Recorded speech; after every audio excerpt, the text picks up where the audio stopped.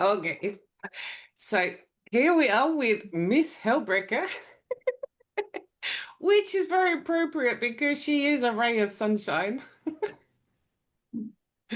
So before I start asking you some questions, just introduce yourself. Hello, lovely beings. I'm Miss Hellbreaker. That's my real surname is Hellbreaker, and in Dutch is translation. And I come from the Netherlands. I lived in different countries all over the world, and I'm like a teacher.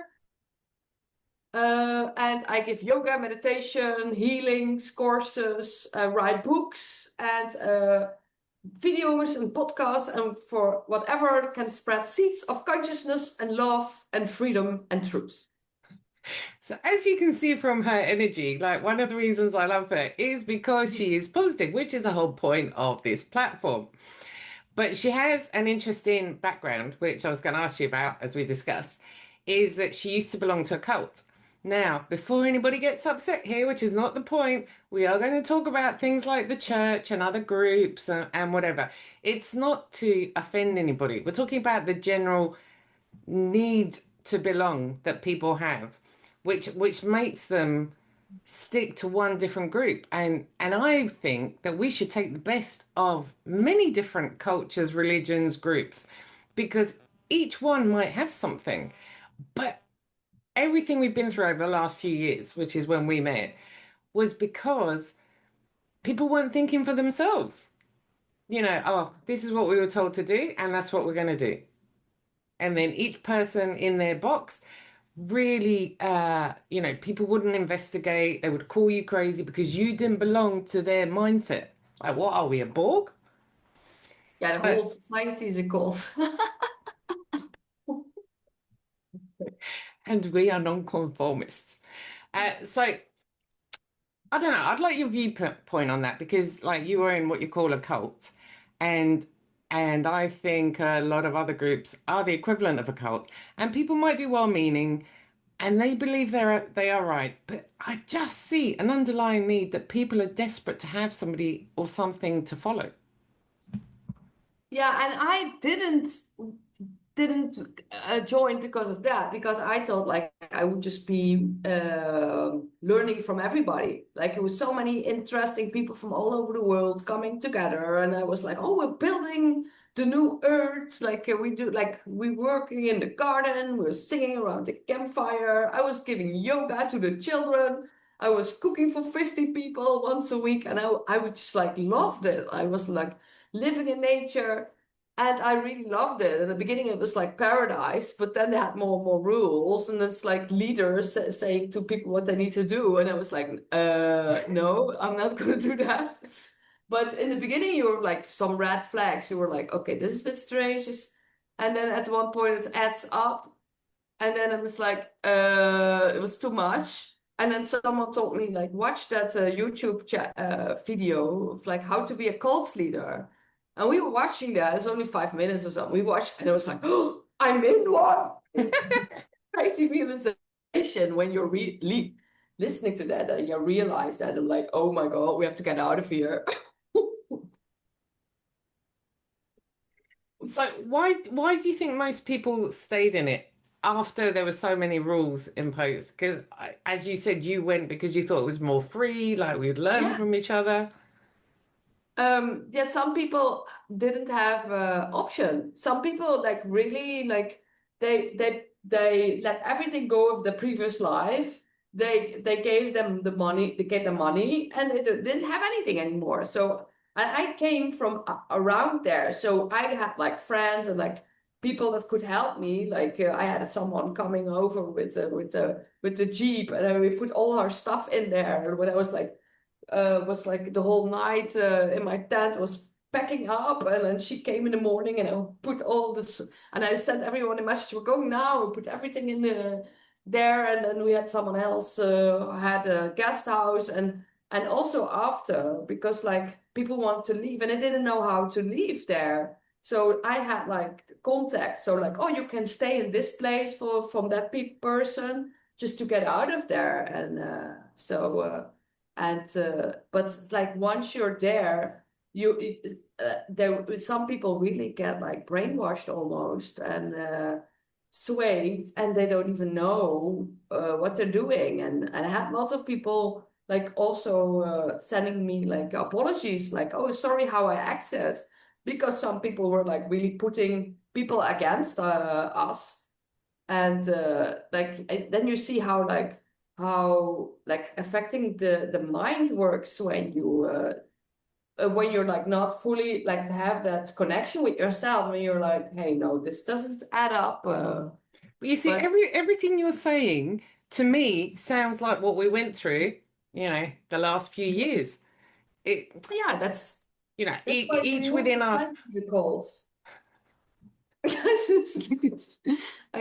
I I survived two cults. It's the society and the cult.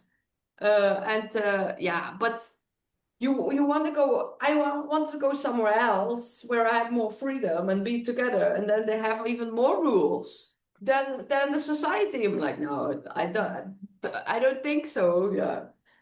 And But again, like you're such a positive person, and a lot of people come out of things or when they change, and it's like a victim mindset. And I really want to help people on here understand that's just a version of what we went through. We've all been different people. We've all thought different things. We've all maybe not behaved the best at some point in our life. And it makes me sad because so many people are stuck in that, and you don't have to be. You can change at any point in your life. yeah, and you keep learning. We keep learning, we keep growing. Everything is a lesson, what you can learn from in so many deeper layers. And I'm very much like, I see everything as a learning opportunity and a growth opportunity. Like what doesn't kill you makes you stronger, and it really does. So like I've been through so many things already. Like I got just like someone told me today on my Facebook, says like, I've been through this and this. What have you been through? And I'm like, oh, like I think I need to make a video about it because it's quite long and like it's crazy. Like if I like, it's also crazy that I'm still laughing because it's like I want to make the best out of whatever situation I'm in. Like I still make the best out of it, but I was like, oh, I've been through quite some things already, like really crazy things already. But this like the cold day situation was not the only thing. Like this like and but it's like also always a learning and always a growing and like my and I met my partner in the cult, so that also needed to happen. And he always said, like, we graduated from the cult university, he says, because like we got such a learning from it. But it's funny you say that because, for example, I try and be positive most of the time. And I've had people say that to me as well because I don't go around saying, oh, look at my CV of how terrible life has been to me. And so often they're like, you just don't understand. And I just let it go because I don't want. But sometimes, if they keep poking the bear, I'm like, well, this is what I've been through. And they're just like, and they can't correlate how maybe you haven't had the best life and you're still positive. And by the same point, when I see people who are super positive and they're happy, I often think to myself, I bet you've been through some adversity. But for example, there's a lot of people that struggle with that because their family is not like that. Their friends are not like that. And even though you might know you want to stop feeling bad, it can be tough when there's no one around you who's like, yeah, it's okay, go do something else. So what kind of things do you think flips the switch? We've both said go into the depths of hell more than once, kind of makes you a bit immune. I think the demons just say, don't even bother with her. She's been here before. She's not going to stay. But for people who are in that phase and they're struggling and everyone around them is negative, like with all the people that you've worked with, what kind of things do you think could help? Don't expect anything from anybody else. The only thing you can do is like what you think like you should be, what you'll be seeing in the world. You can't wait for that, so you have to be that. So be that love, be that life, be that like I'm the one like, the smiling and the hugs and bring it and I bring myself and I share it. Oh, Like I'm the one that overshares and I don't mind and people can know everything about me and but it's like you can't wait for others to do and be a certain way. But also don't put yourself on others because then you also be all the time. Because like if you think that people are like you, then you also get all the time like it's um disappointed because if you think like oh they will also be like me, no, that's also not. So I'm like it's just like you just have to be yourself, and it's like the thing, be yourself and the world will adjust, and I feel it's happening finally. So we might not be the crazy ones for much longer. It is Yeah. true though. A huge amount of our disappointment is expecting other people to behave and think how we do. And it doesn't have to be. And if you're in an environment where you completely don't mesh with the people you're around, there's nothing wrong with them. There's nothing wrong with you. Go and find your tribe. Yeah, Mm. especially with social media, it's so easy to find people that you'll see they think like you, they behave like you. You're not bonkers, you're just in the wrong place. Yeah, and then you see they're all everywhere, all over the world, and the connection you make is like really beautiful. Like I'm like for me, it's a bit, it's not different. Like I have like people that like really are like sad that I'm not there anymore in the country where I used to live. But I'm like, yeah, we can talk any day. Like we can do Zoom call. But no one, like a lot of people don't have any time for anything because they're so busy, busy, busy. But I'm like. I have time every day to, but because like I get more and more simplify life. Like life gets, I can't do what I did in the past. Like having a to-do list with I don't know how much on my list that day. I can't even think like that anymore. And like, I was like from normal society and what is expected of you. I'm like, only later when you're out of it, you're like, oh my God, this was so busy, my whole nervous system and the stress and like having being busy, busy, busy. Like I come from Holland where people have the whole year already in the agenda. What? But when we met, for example, I was, I think, at the height of my stress.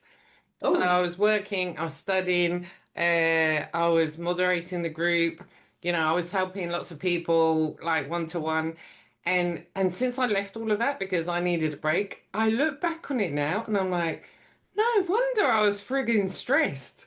I was being pulled in so many different directions. No, I allowed myself to be Mhm. pulled in so many different directions. And then I just started saying no. And honestly, I look back and I'm like, how did I not have a heart attack? Yeah, but only after you see that was too much. But every time there's like another level that you think like I was like, okay, this is too much and I have to downsize it. But there is a process that comes up several times. And I had that the first time when I had a burnout when I was 29 at my work. I was always like doing 100 things at the same time. And the people that should be doing things, they were not doing the things. So I was always the one that was asked and stuff. And at one point I got like a mental breakdown actually. So and that is also how I started waking up because like looking for alternative reasons to not be too stressed. And that's how I came about like yoga and meditation. And then and but I think I was like never really like I could not like I had no sense of self. Like I was just doing what everybody expected and then suddenly it was like too much. And now I'm like, I'm more aware of it in the moment. But my partner still says, I don't know anybody who works as much as you. And I'm not even work. I don't even feel like it's working because I just have fun. I just feel like I'm having fun with everything I'm doing. But yeah, I'm making books till 5 o'clock in the morning. I think. That's not work. That's, passion. That's what you like. That's a good Yeah, thing. yeah. So that's my, doesn't feel like working for me. But one point you brought up, and something that I did not do, is people don't say no enough. We're afraid of offending people. We're afraid of not doing a good job. We're afraid of whatever, what people will think of us. And we forget that if it's not good for us. We're allowed to say no, you know?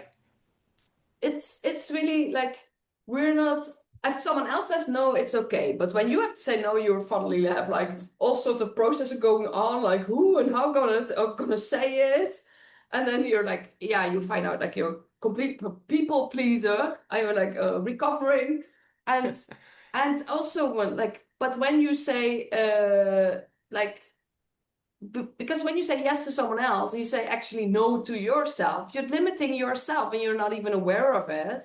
And you put the wishes of someone else above your own. And that is, and also it limits you if you can't share what you really need to share. It limits yourself. And in the past, I was always walking on eggshells with everybody. But then you find out whatever you're saying, you're offending someone. It doesn't matter what you say. Like there's always someone has like some trauma about something. So it's like you have to just say everything. But that's like I also had like different masks. Like I was different in my family than in my job and in my relationship. And I'm like now the same person everywhere. And I can't be anything else than myself. What I did as well is I would, because I was kind of anxious and I didn't want to hurt anyone, I would assume that they would be upset. Like a lot of people, for example, I can do websites. I hate doing it. But in the earlier days, people would ask me if I could help them.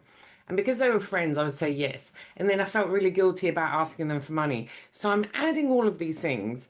And I think, well, I've got to help them because they're starting the business. And I'm assuming I need to help them. And then in one of my dips, I just started saying no.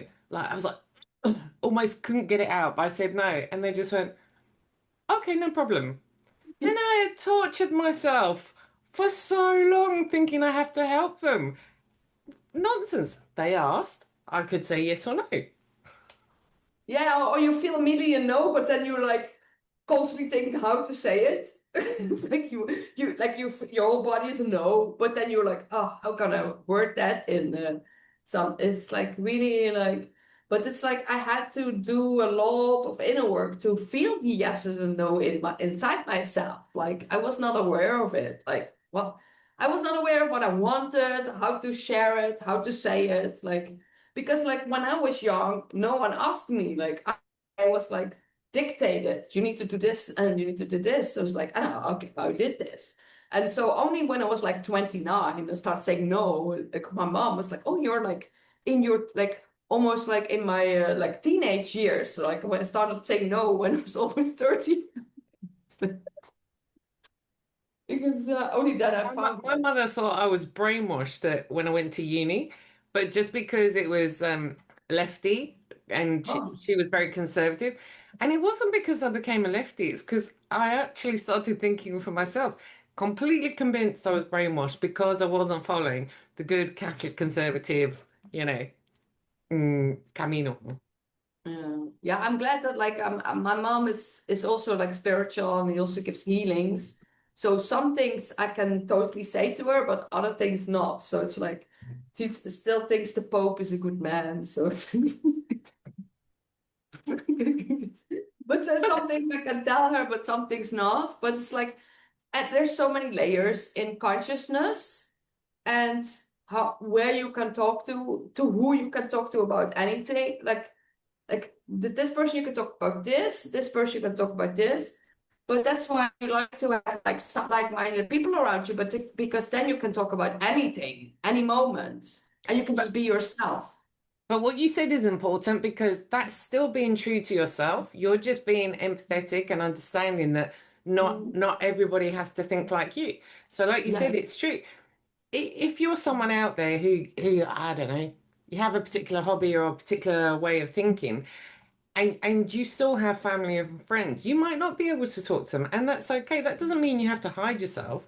You don't, it's not one thing or another. You don't have to agree with them, but you also have to understand that they're not going to agree with you. Just go look somewhere else. Find your people that you can talk about your thing to.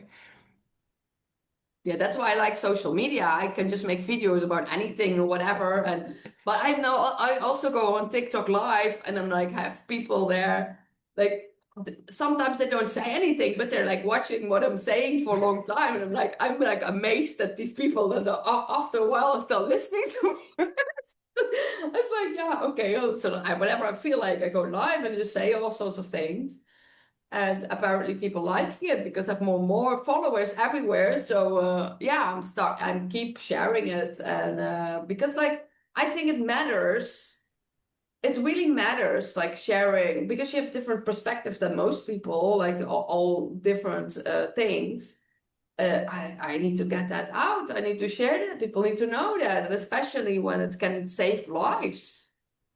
If you need It to, really does. Like, people might think that's yeah, exaggerated, but in the group we were in together, there were people who said, and some of these were elderly people. We're not talking about crazy woo-woo people. These were elderly people who felt really alone in their home, and just that we would have a Zoom every week. And if they had some crazy idea, they could say it and they wouldn't get judged for it. Or that they knew that every Friday, even if they were on their own, there would be a group of people, different ages, different parts of Spain or whatever, and we were just there to support them. It matters, honestly. It really does. It really does. yeah, that was fun. I but yeah, and I like that you come from all different. Like I recently heard, like once you are like awake, like you're kind of conscious, you live in the same world. But when you're not awake, you're like in different realities because people are like this and this. Because once you're awake, you have like certain things like you agree on, like we found out, like this is not to be true, this is true, and this is not true. And then it's like very at one point it gets more and more obvious, but it's so nice to talk about those things. And it's like there's like, and then you find also things like people that are like as enthusiastic as you about certain things, and you find groups on that on Facebook. And Go down the yeah, rabbit hole a bit. yeah. But it's like then you go deeper and deeper. Certain thing. I think also like the last years it was just mostly with my partner, and I was like I told him also, yeah, we get more and more like like not that relatable to like people anymore. So like we're like, oh, that's why we have to bring it to the people around us. Like we're like here, and yeah, we're like people. I think people understand what we're doing, but only to a certain amount. Like and But it's all but it's it's all fun. good. Well, That's talking about that, I'm awesome. going to put the links to all of your many channels and accounts. But if people wanted to get a little bit of your ray of sunshine, just tell them what you do. Tell them what services you offer. So yeah, I do. I have a yoga group on my Facebook where there's a lot of yoga sets and meditations. And I have Facebook. I'm very active. I'm on in my link tree is all my links. So very active on Facebook, but also on YouTube or Rumble. So during COVID, I went to Rumble because I don't want to be limited in any way. So on my YouTube, I share videos and my podcast, and on Rumble, I share also like current events from other videos. And then I have also Instagram and TikTok. And TikTok, I make videos. Like I made hundreds and hundreds of videos. I think I'm like shadow banned there because like I've only like 200 or 300 views all the time, but I don't mind. It's like fun to make it. And I But go late. do you do any coaching stuff like that? Yeah. So those are the things like where I am on the platforms I am. And I also am Substack, that's for writers and other things as well. And the things that I do is coaching, also with my partner, like coaching like health and wellness, and also about like finding your purpose and relationships because like we're like now in a conscious relationship, and we're like seeing how much then once you have a relationship then the work starts, and we're like very open about that as well. So we make also YouTubes together. It's called Forever Awesome 888 to remind everybody how awesome they are. And he even gives even less about like what people think of him. So it's like really liberate. He's so like liberated in that. Like I learned from that a lot. And we also yeah, I give yoga, like yoga meditation, but also like coaching and healing. I give also energy healings to help people let go of certain blockages that they have, like emotional, from this life and past lives and karmic stuff. And that is called like energetic ankh healings with the ankh, like the Egyptian symbol. And I give also courses in that. So I had at one point people asking me if I would give courses, and I started doing that as well. And but at one point I was like having so many different, like you said, like building website. I was also helping people with that and the brand and business. But I took that all away. I was like, my core thing is just like the coaching and the healing and writing my books. I wrote now. I think we're like half a year further. I wrote 7 books. So I'm you've relaxed. Oh my God, what must you have been like when you weren't relaxing and downsizing? yeah. No, yeah. Before I was also different groups and stuff, and holding them as, and I was doing even more, and like online income ways. I still have some links. One to a parasite cleanse, and one to like a frequency device that really helps me. But I had much more links and was like sharing about everything. But I'm like, no, that was too much, and so I want to simplify my life. I want to like when I'm making my food, I really want to be fully immersed in that. And also when the sun's out, I want to sit outside in the sun and just listen to music and be with the people there. And that is what is like really those moments of like being in the moment. I love that. I love that. Being in nature and but that's like I still have that dream of like having that community, having that like-minded people around me, living in nature, growing our own food. And yeah, I still have that dream and I still have that vision, and I'm just working out that even more. Well, I really appreciate you coming on today. And I just want anyone who's watching to take note. We have both been in very dark places and look at us now. So it is possible. And obviously go and check out her pages, check out all her websites. She is a little ray of sunshine. She really is. So thank you very much, darling.